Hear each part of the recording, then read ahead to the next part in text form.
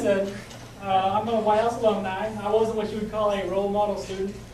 If I actually was sent to the office one more time, they were going to send me home for 3 days. What do they call it? Expelled, suspended. I was going to be suspended for 3 days because of my lack of good stewardship.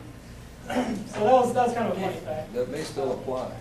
The fun thing about it, though, is as soon as you get to college, it becomes a different atmosphere. Everybody's there not because they have to be there, but because they want to be there. So it kind of builds like that same kind of team spirit that you have playing football or volleyball or band or any of those different things in which it's team-based activities. With that being said, I'd like to ask, how many of y'all plan on going to college? So most of y'all. Wow. Okay, cool. It's the most we've had so far. It's kind of an old statistic, but a high school graduate makes $32,000 a year. 40 years, it equals $1,280,000 in a lifetime. Same thing for a college graduate with a 4-year degree is $2,200,000, and he makes $55,000, which is kind of a low number considering what kind of degrees you get. The difference is $920,000 over a lifetime. So if you go to college, it could save you up to $920,000. There was a survey done by money.standard.com, and it shows that of the students who graduate college, they usually incur about $25,000 worth of debt.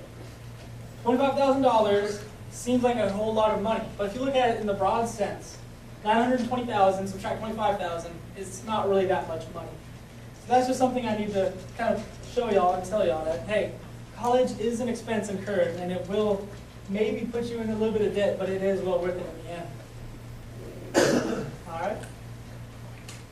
Go ahead, Nick. Introduce yourself. I'm Stephen Goad.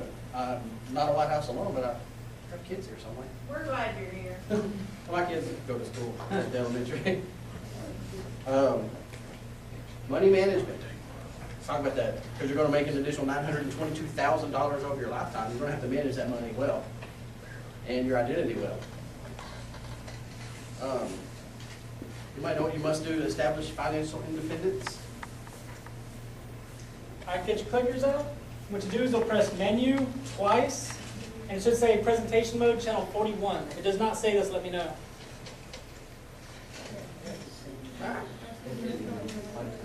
If it says anything else, just hit mode again. We'll wait for it to turn off. Yeah, mine just... Yeah, they all turn off on their own. It's actually on a hibernate mode, so it doesn't waste batteries. So it looks off, but it is still on. So after you press mode menu twice, then it's good for answering. After that, all you have to do is press 1, 2, 3, or 4. The questions will automatically reset after each question that we ask.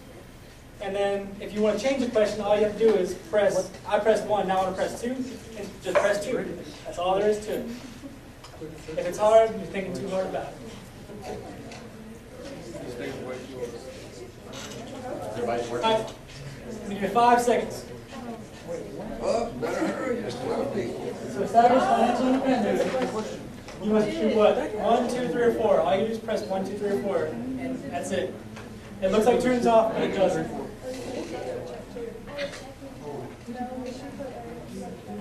Everybody answer? We're good? Good. 42 responses.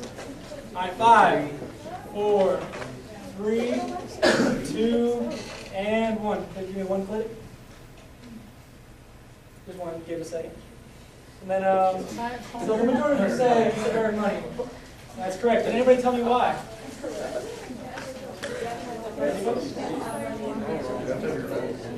Because it's financial independence. If you're not actually earning money and you're getting it somewhere else and that's not earning, you're not independent where you're receiving it from anything.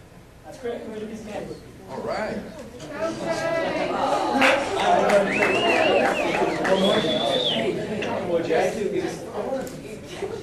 Like you said, you must first establish financial independency by earning money.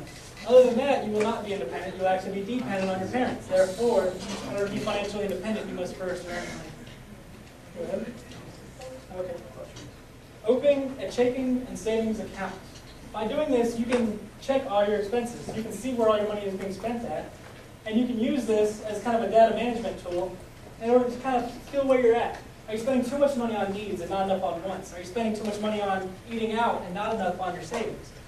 By doing this, you can figure out how much you're spending and how much is wasted in comparison, how much is spent on things you actually need. We'll actually go into a lot more detail on these different topics. As for right now, we'll just kind of leave it at that. As for opening a credit card, you should open a credit card if you have the willpower to not spend everything on it. If I have $100 in my bank account, then I'm going to use my $100 on my credit card, and then I'll take the $100 in my bank account and spend it on that bill. In doing so, I'll build my credit because I'm not spending over it, so I don't have to go into debt. At the same time, I use that to build my financial independence and my credit. So, in order to do this, manage it carefully. Figure out where you want to do, where you want to be in a few years, and monitor it carefully. Go ahead. Let's just is that this one?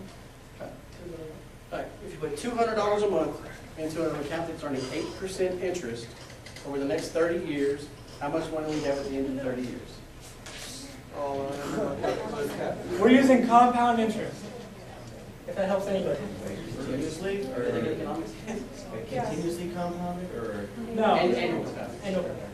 Annual compound. Dang, hold up. There's an app for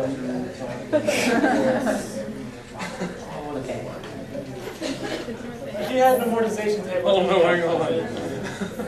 Plus this on. Yeah.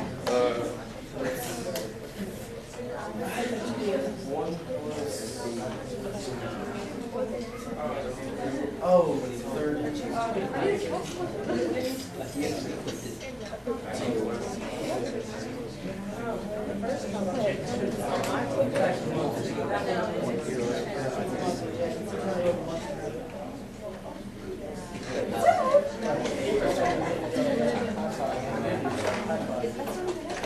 All right, let's take a guess at it.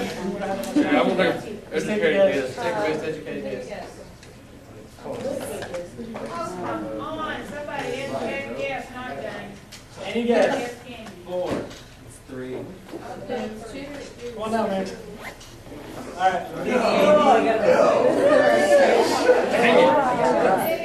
I'm putting over two. This was used using a financial calculator, using time value of money, interest yield, the end, which is the number of compounding periods, and the initial payment that you put in the present value, and also the future value, was what we computed for. It came out to $300,000.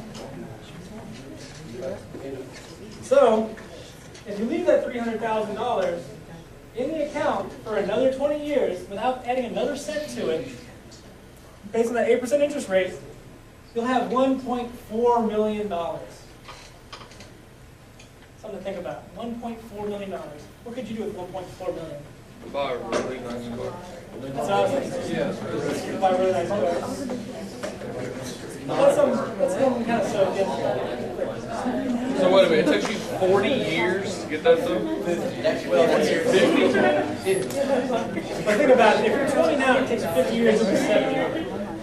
What am I doing with $1.4 million at 70 years old? You're going to go on a cruise. Buy a bunch of oatmeal? You're going to go on a cruise every moment of your life. I'll just buy a bunch of oatmeal.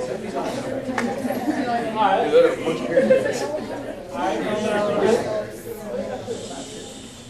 4 money management tips. Control your spending.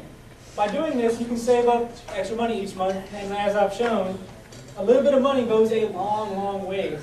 Maybe you don't have $200, maybe you only have $50 a month. Either way, no matter what you're looking at, it still comes out to be a very large chunk of change at the end of the cruising period.